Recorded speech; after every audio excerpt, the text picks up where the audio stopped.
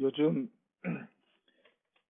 많이 관심을 가지는 문제 가운데 하나가 코로나 이후의 세상, 코로나 이전과 코로나 이후의 세상에 대해서 뭐 어떻게 변할 것이다, 어떻게 준비해야 된다, 뭐 이런 주제로 나오는 책들도 많고 그런 영상들도 굉장히 많습니다.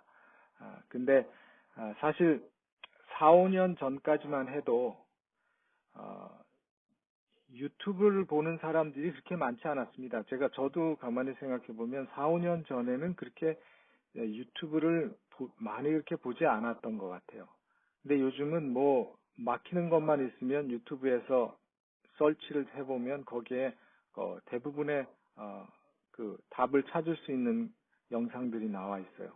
2, 3년 전부터 유튜브 영상을 사람들이 많이 보고 저도 많이 보고 있는데 지금 현재 세계에서 제일 많이 보는 이 인터넷 웹사이트이 뭐냐면 바로 유튜브입니다. 그 넘버 원이에요.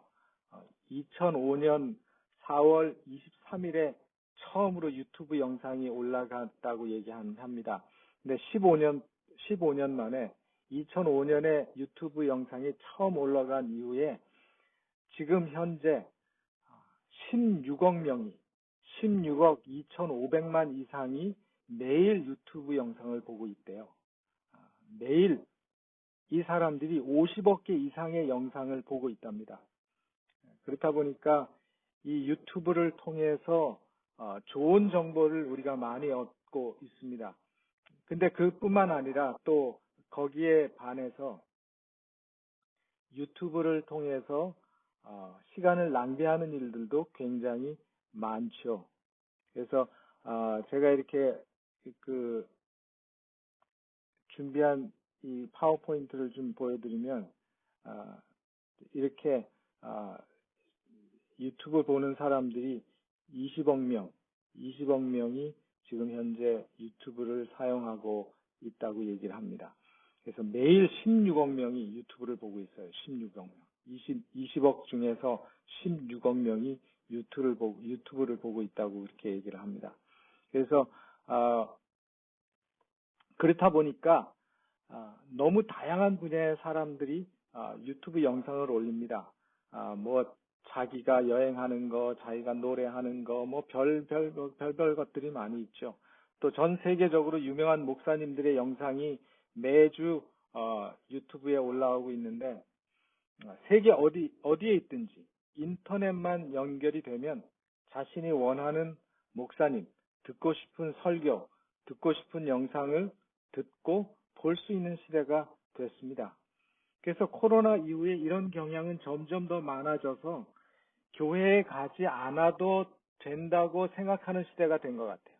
그래서 좋은 점도 많이 있습니다. 편하고 또 어디서든지 시간과 장소에 구애받지 않고 말씀을 들을 수 있습니다.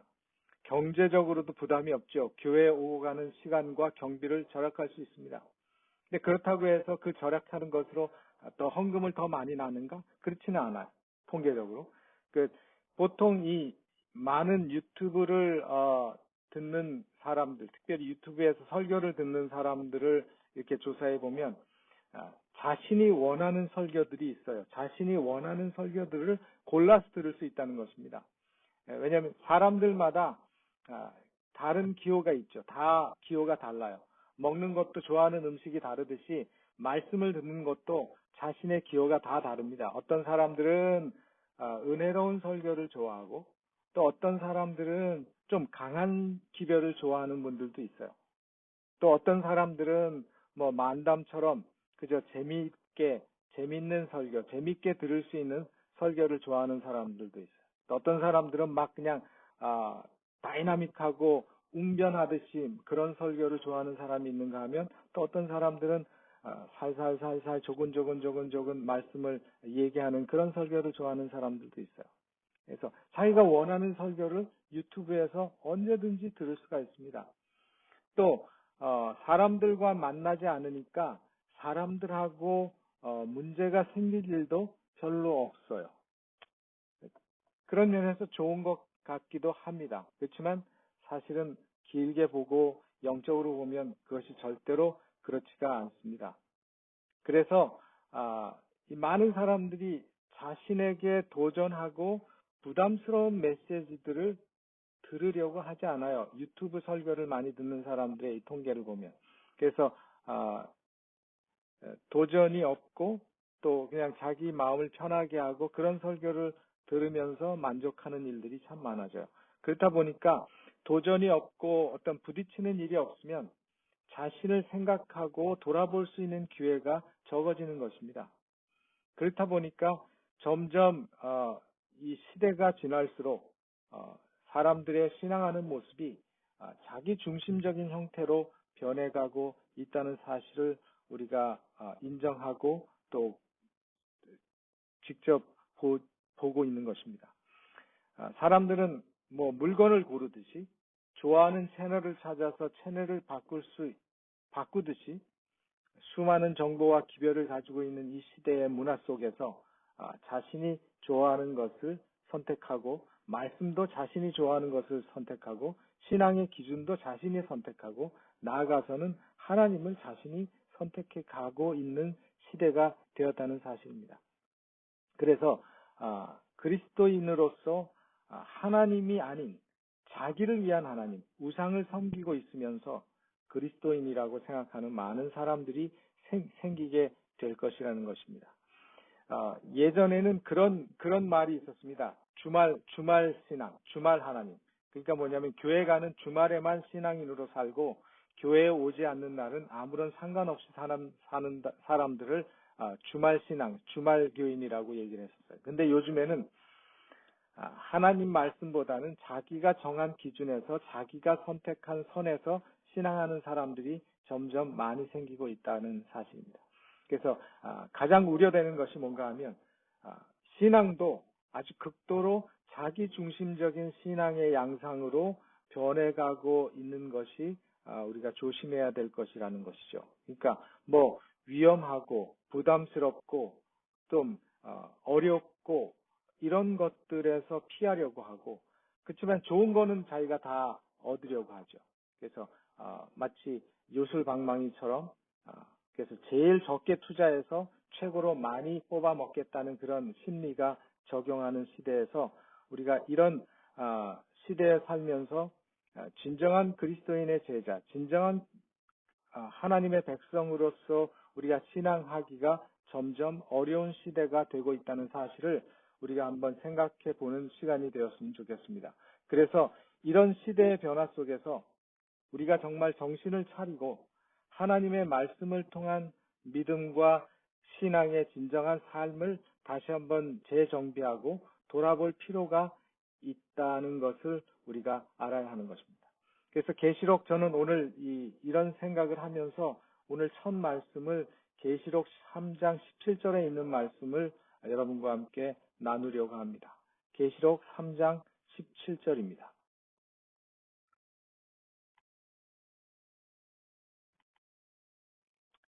계시록 3장 17절에 말씀하시기를 내가 말하기를 나는 부자라 부요하여 부족한 것이 없다 하나 내 곤고한 것과 가련한 것과 가난한 것과 눈먼 것과 벌거벗은 것을 알지 못하도다. 여러분들이 계시록 3장 17절의 이 말씀은 한두 번 들은 말씀이라고 생각을 합니다. 라우디게아 교회에게 보내는 아시아의 7교회 가운데 제일 마지막 교회 라우디게아 교회에게 보내는 기별의 말씀입니다.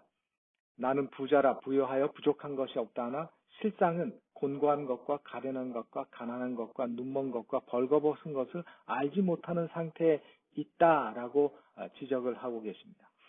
사실 우리 현대 신앙인들의 가장 큰 문제를 꼽으라고 한다면 그것은 내가 내 자신을 잘 알지 못한다는 거죠. 자신의 현재 모습을 잘 모르는 것. 그렇기 때문에 자기 만족 속에서 살게 되고 자기 중심적으로 살게 되고 안일하게 살게 된다는 것이죠. 예수님께서는 그런 마지막 시대에 있을 교인들의 영적인 상태를 생각하시면서 예수님이 재림하시기 직전에 있는 그 교인들의 상태를 말씀하시면서 너희들 자신의 상태에 대해서 속지 말라고 권고하고 계십니다. 많은 사람들은 속으로 자기 자신이 괜찮은 그리스도인이라고 스스로 만족하고 있습니다. 우리는 누구든지 심리적으로 다 그런 생각을 가지고 있습니다. 다 자기 자신을 생각할 때 사람들은 자기 자신은 괜찮은 사람이라고 생각합니다. 왜냐하면 사람들은 그렇게 생각하게 되어 있습니다. 끊임없이 자신을 돌아보고 다른 방향으로 가고 있는지 올바른 길에 서 있는지를 체크하고 돌아보는 일이 필요한데 우리는 그 일을 하기를 별로 원치 않습니다. 그 일을 잘 해야 우리가 사단의 올무에 빠지지 않고 자기 기만에 빠지지 않을 수 있는데 우리가 잘 그 일을 하고 싶지 않는 것이 우리 보통 사람들의 모습이라는 사실입니다. 우리의 마음이 깨끗한 것 같지만 성경은 우리의 마음이 만물보다 거짓되고 악하다고 말씀을 하십니다.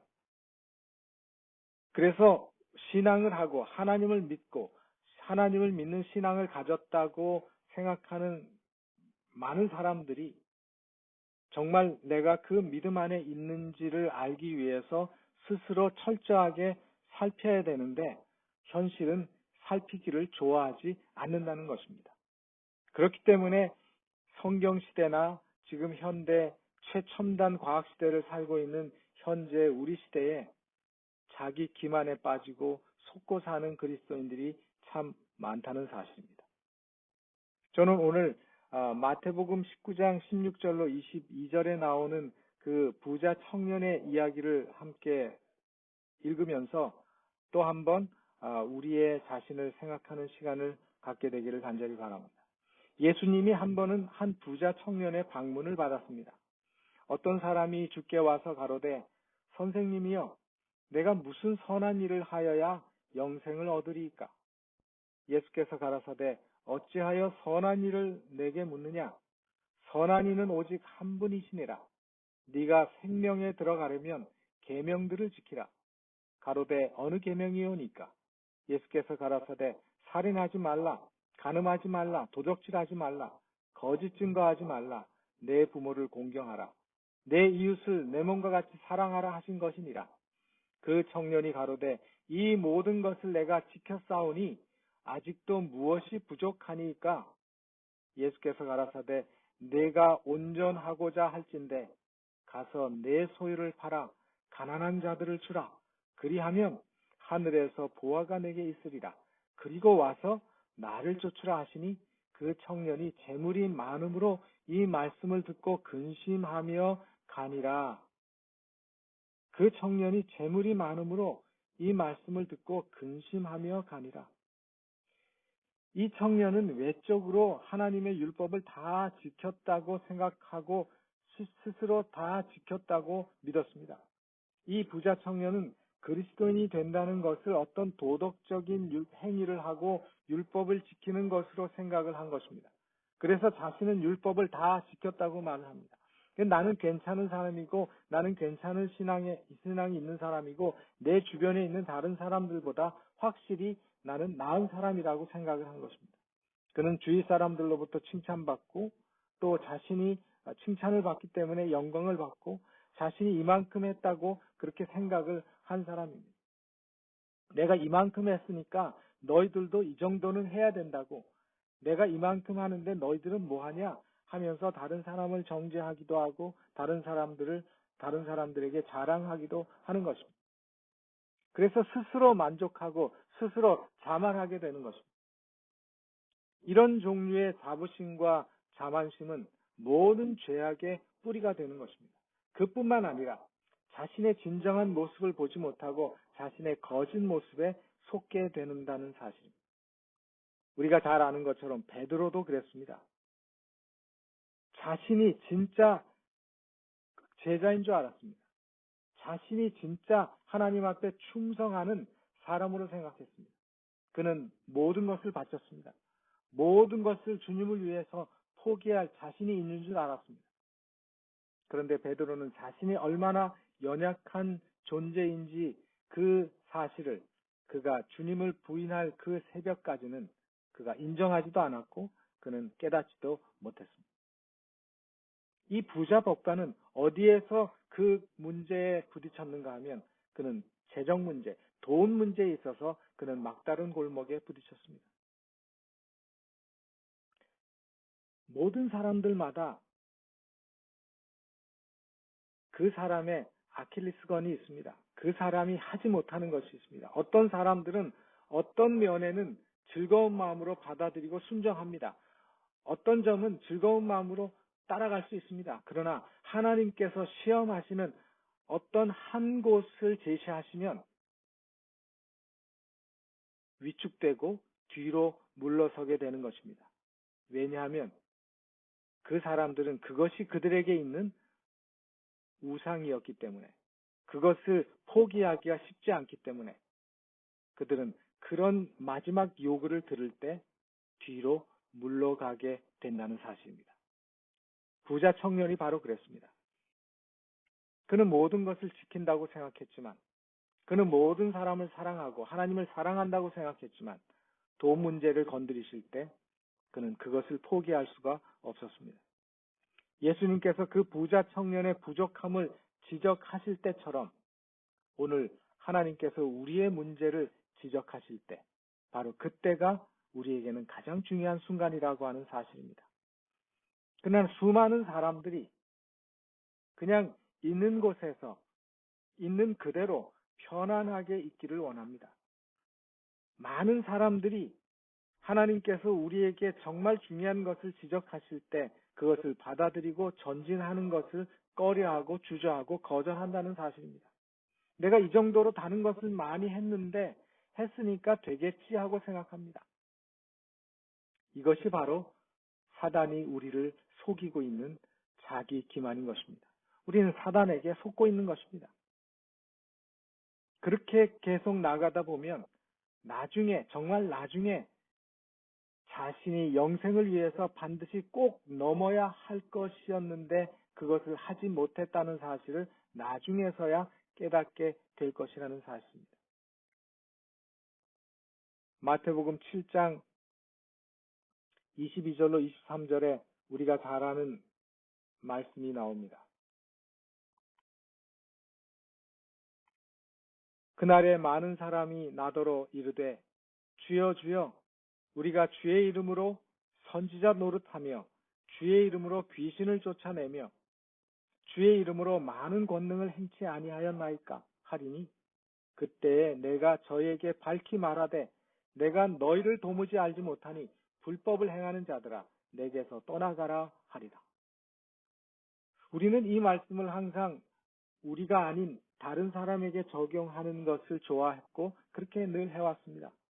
그러나 우리는 이 말씀을 내 자신에게 적용하는 일들을 자주 해야 하리라고 생각합니다. 내가 가장 정직하다고 생각하는 것. 어떨 때 우리는 내 생활에서 감정대로 살아가면서도 믿음으로 산다고 착각하고 있는지도 모릅니다. 동정하고 남을 봉사하고 남을 위해서 구제하는 것을 내 이름으로 하면서 믿음으로 한다고 착각하고 사는지도 모르는 것입니다. 시간이 지나고 내가 기대하는 응답이 오지 않을 때 내가 그동안 하나님 앞에 헌신하고 봉사하는 것을 생각하면서 하나님께서 나에게 응답하지 않는 것에 대해서 분하게 생각하는 일이 있는지도 모릅니다. 내가 다른 사람에게 해준 것을 늘 계산하고 그것을 되돌려 받지 못할 때 분하게 생각하고 있는지도 모르죠. 또 우리가 도덕적이고 종교적인 것을 신앙적이고 헌신적인 것이라고 착각하고 살고 있는지도 모릅니다. 그러므로 우리는 하나님 안에서 하나님의 성령의 은혜 안에서 내가 정말 하나님의 말씀대로 하나님의 은혜 안에서 신앙대로 믿음으로 살고 있는지를 우리는 점검하고 속지 않고 살아야 할 것입니다. 많은 사람들이 우리 자신의 상태를 알지 못하고 살아갑니다. 너무나 많은 사람들이 자기 기만에 빠져 있다는 사실을 주님께서는 우리에게 지적하십니다. 특별히 마지막 때가 될수록 수많은 그리스도인들이 자기 만족 속에, 자기 기만 속에 빠져 삽니다. 수많은 사람들이 사단의 그 유혹에, 사단의 그 올무에 속고 있다는 사실입니다. 이것이 큰 문제입니다. 이것이 큰 문제이기는 하지만, 그러나 우리에게 아직도 희망이 있다는 사실을 저는 여러분들에게 말씀을 드립니다. 라우디게아 교인들에게는 아직 희망이 있습니다. 아직도 교회에서 우리가 이 기별을 생각하고 이 기별을 마음에 받아들일 때 우리에게는 희망이 있다고 말씀하고 계십니다. 마태복음 8장 1절로 4절에 보면 예수님께서 마태복음 7장에 그 말씀을 하시고 산에서 내려오실 때 허다한 무리가 예수님을 쫓았습니다.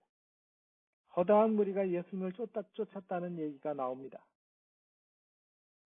그때 한 문둥병자가 예수님께 나왔습니다. 한 문둥병자가 예수님께 나와 절하고 가로되 주여 원하시면 저를 깨끗게 하실 수 있나이다 라고 말씀했습니다. 그리고 예수님께서 손을 내밀어 저에게 대시며 가라사대 내가 원하노니 깨끗함을 받으라 말씀하셨습니다. 즉시 그의 문둥병이 깨끗하여 졌다고 성경은 기록합니다. 저는 이 말씀이 그 마태복음 7장의 문제를 가진 사람들의 그 문제를 회복하고 고칠 수 있는 답이 바로 여기 있다고 저는 생각합니다. 문둥병은 무서운 병입니다. 물론 지금은 약이 좋은 것이 있어서 그 문둥병을 고칠 수 있지만 예수님 당시의 문둥병은 불치병이었습니다. 고칠 수 없습니다. 심각하게 남에게 전달할 수 있는 전염병이었습니다. 그 문둥병의 무서움은 감각이 없어진다는 것입니다. 그래서 예수님은 이 문둥병을 죄의 특징과 같기 때문에 이 문둥병을 가장 무서운 병이라고 말씀하셨습니다. 죄가 바로 그렇습니다. 사람들은 자기의 잘못을 잘 알지 못합니다. 사람들은 자기의 문제를 잘 시인하지 않습니다. 이 세상에서 제일 큰 비극이 있다면 그것은 바로 우리가 영적인 문둥병에 걸리는 것입니다. 그 병은 우리가 우리 자신을 알지 못하는 병인 것입니다. 자신의 모습을 보지 못하는 장님이 되는 병인 것입니다. 자기가 아픈데도 아프지 않다고 느끼는 병인 것입니다. 그 문둥병에 걸리면 아파야 하는데 감각이 없어집니다. 아파하지 않는 것입니다. 의사를 찾아가야 하는데 우리의 크신 의원을 찾지 않는 병인 것입니다. 그렇기 때문에 이 병이 불치의 병이고 이 병이 저주받은 병인 것입니다. 우리는 이 병에서 벗어나야 하고 치료받아야 하는 것입니다. 우리가 우리 자신을 모르면 비극입니다. 그렇지만 우리가 우리 자신을 보기 시작하고 우리 자신을 보려고 하고 우리 자신을 알려고 하면 희망이 있는 것입니다. 고쳐질 수 있는 희망이 있는 것입니다. 문둥병을 치료하기 위해서 어떻게 해야 하는가? 그 깨끗함을 받은 사람들은 자신이 깨끗해지기를 원했습니다. 자신이 흉악한 문둥병에 걸린 것을 알고 그는 슬퍼했습니다. 그리고 주님을 찾았습니다. 그리고 주님을 만났을 때 그분 앞에 뛰어나와서 주님께 구했습니다. 그것이 바로 문둥병을 치료받기 위한 유일의 길이라는 사실을 주님께서 말씀하십니다. 자신의 부족을 알면 그것을 믿음으로 극복하고 이길 힘을 달라고 우리는 하나님께 매달려야 합니다. 아직 내 문제가 무엇인지 보지도 않고 계속 다른 사람들의 문제만 보이는 사람이 있다면 정말 가슴을 치면서 자신의 연약함과 더러움을 볼 수 있게 해달라고 기도하시게 되기를 바랍니다. 우리가 예수님의 십자가 앞에서 깨어지지 않는 영혼은 한 사람도 자신의 부족과 자신이 가진 이기적인 모습과 탐욕스러운 모습을 볼 수가 없다는 사실입니다. 오늘 이 말씀이 우리 모두에게 스트레스풀한 말씀일 수 있습니다. 그러나 저는 이 말씀을 통해서 우리 모두가 실망하자고 말씀드리는 것이 아닙니다. 우리가 놓지 못하고 우리가 손에 잡고 있는 것이 무엇인지, 내가 놓기 싫어하는 것이 무엇인지, 하나님께서 나에게 끊임없이 지적하실 때 내가 받아들이지 않고 내가 그것을 놓지 못하는 것이 무엇인지를 보고 깨닫자는 것입니다. 그것 때문에 내가 하나님의 말씀을 듣고 그분의 뜻을 따르고 순종하는데 문제가 되는 것이 된다면 그것이 무엇이든지 간에 그것을 놓을 수 있는 힘이 달라고, 그것을 순종할 수 있는 힘이 달라고 하나님께 구하자는 이야기. 지금 우리가 사는 이 시대는 참으로 혼란스럽고 신실하고 진실된 믿음을 가지고 하나님과 동행하는 삶을 살기가 참 어려운 시대가 되었습니다. 믿음의 가족들끼리 서로 격려하면서 서로 끌고 서로 당기면서 서로 용기 주면서 갈 수 있는 그런 기회가 점점 사라지고 있습니다.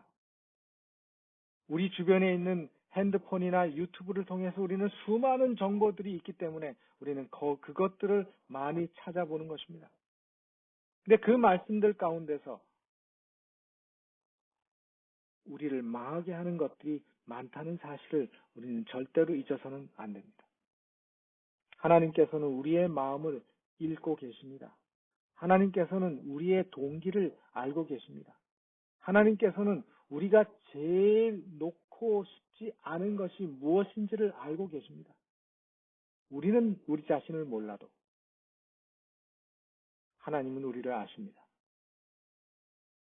우리가 하나님 앞에서 그것이 무엇인지를 보게 하시고 깨닫게 하시고 우리로 하여금 그것을 볼 수 있는 눈을 달라고 기도할 때 하나님께서는 그 일을 가능하게 해주실 것입니다.